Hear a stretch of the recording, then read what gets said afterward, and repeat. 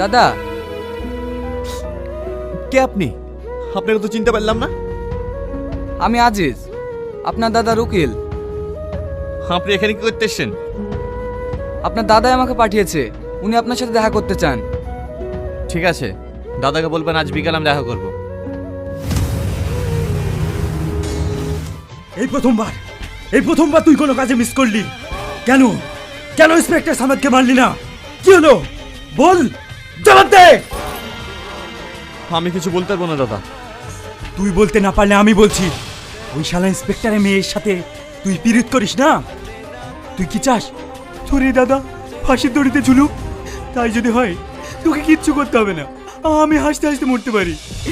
তুই কি অতীতকে ভুলে গেছি? তুই একবার ভেবে দেখ।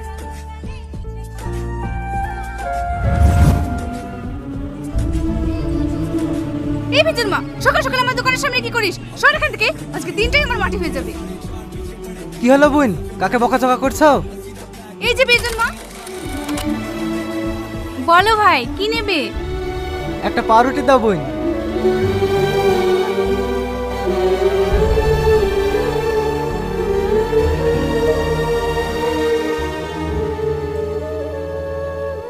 আমাকে একটা পাউরুটি দাও না, আমার খুব খিদে লেগেছে। এই, পাউরুটি খেতে পয়সা লাগে, তোর কাছে পয়সা আছে? যা এখান থেকে। এই এই এই, চুরি করে নিয়ে গেল, ধর ধর ধর।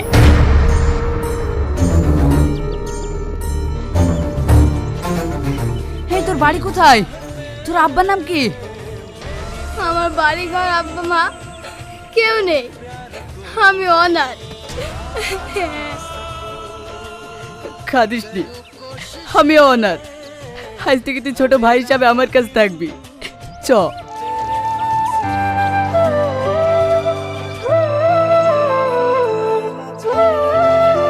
বিরিয়ানি দিবি নাকি তাই বল, নাহলে ভুড়ি ফাঁসি দেবো। বাবারে, এ বাচ্চারা বিস্তরে। হ্যাঁ, এক্ষুনি দিছি।